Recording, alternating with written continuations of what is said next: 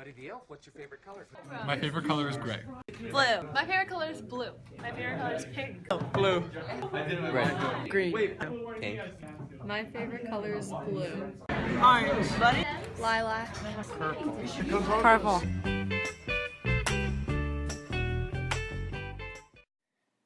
The other night, while sitting around my kitchen table, wondering about the photon and the electromagnetic spectrum, I got to thinking, why does everyone have a favorite color?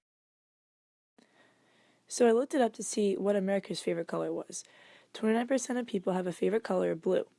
In a close second came green with 21%, followed by 8% for red and purple, 7% for pink, 6% yellow, 6% gray, 5% white, 4% orange, 3% brown, and 2% black. But what causes people to think like this? Hopefully this video helps explain. To understand color, we must first understand the electromagnetic spectrum. The electromagnetic spectrum is the range of all possible frequencies of electromagnetic radiation. The spectrum ranges from radio waves to gamma waves, with visible light falling in the middle. Visible light is a section of radiation the human eye can detect, only wavelengths of 400 to 700 nanometers. Each color in the visible light spectrum has its own wavelength, with red having the longest wavelength and violet having the shortest wavelength. This is the reason why we have different colors. Each color is assigned its own wavelength, and therefore each color is perceived differently by the eye. Color is just a measure of the frequency of light waves. The color of an object is the color wavelength that the object has the ability to reflect. White objects reflect all colors, while black objects absorb all colors. A green plant is green because it does not absorb green wavelengths, and the color green is reflected. Color does not exist without light because color is light. Color perception begins when light enters the eye and hits the cells at the back of the eye, known as the retina. In the retina, there are two different types of light-detecting cells, rods and cones. There are about 125 million of these photoreceptors in each human eye, and each is specialized to turn light into electrical signals. Rods are extremely sensitive and are used for low light settings. There is only one type of rod cell. However, there are three types of cone cells, each corresponding to red, green, or blue.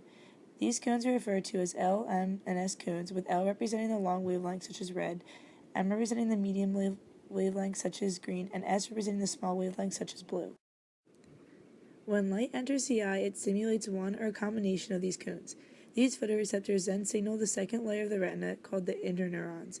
These interneurons then signal the third layer, which contains specialized neurons. These signals then travel through a series of complex steps, where they then end up in the inferior temporal cortex to be deciphered. So if we all process color in the same manner, why do we all have different favorite and least favorite colors? Assuming that everyone contains the same photoreceptors and converts light into electrical signals the same way, the only difference of color perception from person to person would be the psychological effect that the signal would have on each of our brains. The first theory about favorite color is that it is caused by experience. Thinking positively or negatively affects the way we feel and the emotions that we have. If we associate a color with a positive memory, thinking about this happy memory will make us feel happy. Happiness in the brain is signaled by a release of dopamine. Dopamine is the hormone that is associated with pleasure. If looking at a certain color causes a release of dopamine, then you will want to look at this color more often to continue to release that dopamine. So, for example, if an apple is your favorite food, your favorite color may be red because you associate red with that good feeling you remember having while eating the apple. Similarly, a negative experience with a certain color may cause you to have negative feelings towards that color. The second theory about color is that it may be caused by evolution. Our favorite colors may have something to do with the way we evolved. Back in the day, when everyone was a farmer and no one cared about chemistry, a blue, clear sky represented good weather. This may be why blue is such a predominantly favorite color. We might have inherited it from our ancestors. Also, women may be more drawn to the color red than men because in ancient times, way before McDonald's, women had to hunt for berries in the green foliage. Red meant food, food is good, and therefore red is good. The third theory about favorite color is that it is caused by differences in signal transmission. If a person has more or less photoreceptors than what is considered the norm, then their perception of color would be skewed. In addition, eye color may also play a role in a person's favorite color because lighter eyes would reflect more color than darker eyes.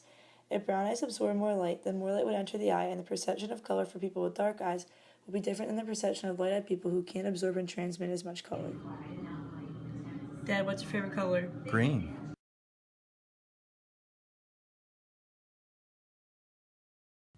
Mom, what's your favorite color? Red.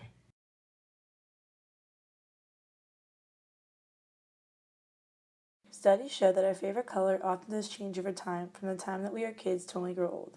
As we grow older, we accumulate new experiences that can cause us to reassign memories and ideas to different colors. In addition, as we grow older, our eyes may start to malfunction and grow weak. It was seen that the color blue is increasingly chosen as the favorite color for older people. This may have to do with the intensity and frequency of the color blue. The color blue is more powerful due to its higher frequency. As our eyes age, it may be easier to detect the color blue as it is more powerful and the warmer colors have a larger frequency. So hopefully, after these 6 minutes of me frantically talking, you now know that the colors we see are just light reflections and are part of the electromagnetic spectrum. Favorite colors are also probably based off of personal experiences, evolution, and genetics. However, it is difficult to say because color is a difficult topic to cover because it cannot be described or recorded. There is no way of knowing if we are communicating effectively when we describe what we see. It is not known whether everyone sees color in the same way and will probably never be known. In actuality, we could all have the same favorite color, but just be calling it different names because that is what we've been trained to do. But that's a topic for a different day.